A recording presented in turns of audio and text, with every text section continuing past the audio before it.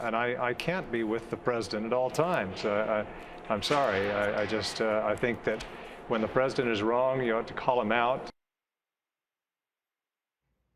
Well, I wish we would have been able to hear from the speech yesterday from the Senate floor. Senator Jeff Flake delivering a really powerful and emotional speech to his colleagues and also to constituents as he announces that he will not run for re-election in 2018. Yeah, he made it very clear that his decision not to seek another term had a lot to do with how he feels about President Donald Trump, although he didn't mention him by name.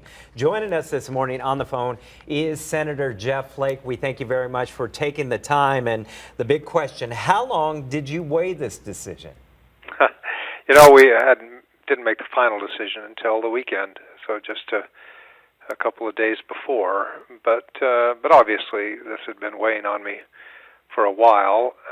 I have been, I've spoken out during the campaign, as well as the first 9 months of the presidency, when I felt that the president wasn't reflecting values that he should have, and wasn't acting like a president should.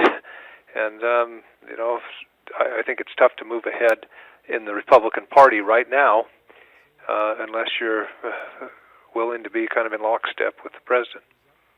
You mentioned in your speech yesterday, which was obviously at points you could really hear the emotion in your voice. It was so clear that it was very authentic presentation from you. You mentioned the Federalist Papers and how the separation of the branches of government seems to be kind of a lost understanding right now. Why do you see this transition from to a need to total solidarity with the president, or the voters will seem to turn on elected officials? Yeah, it's puzzled me for the longest time, where one of my colleagues even several months ago said something about the president being his boss, and that's not the way our system works.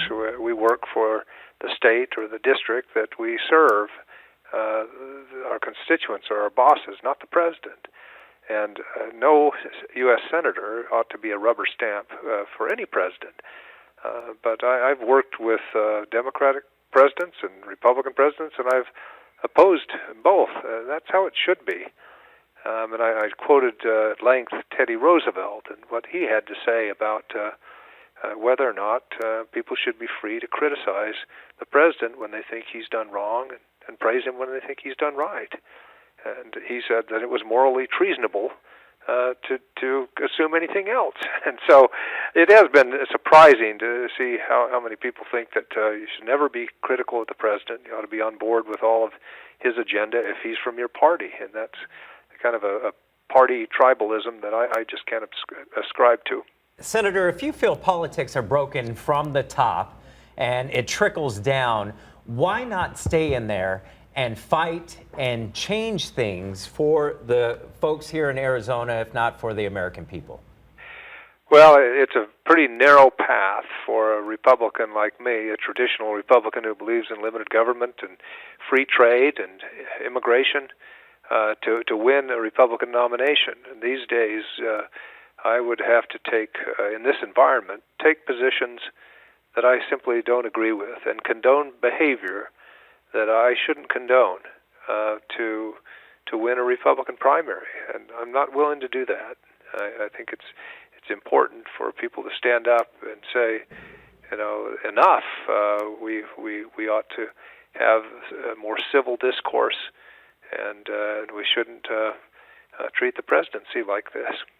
Senator Flake, thank you so much for taking time this morning to talk with us. I know you've been on the air throughout the morning, everybody responding to that speech, a passionate speech of yours yesterday. So we appreciate your time, and after the 14 months of service still is done, maybe you can come back and cook us another cowboy breakfast. I enjoyed that. I'd love to do it. All right. Senator Jeff Flake, thank you.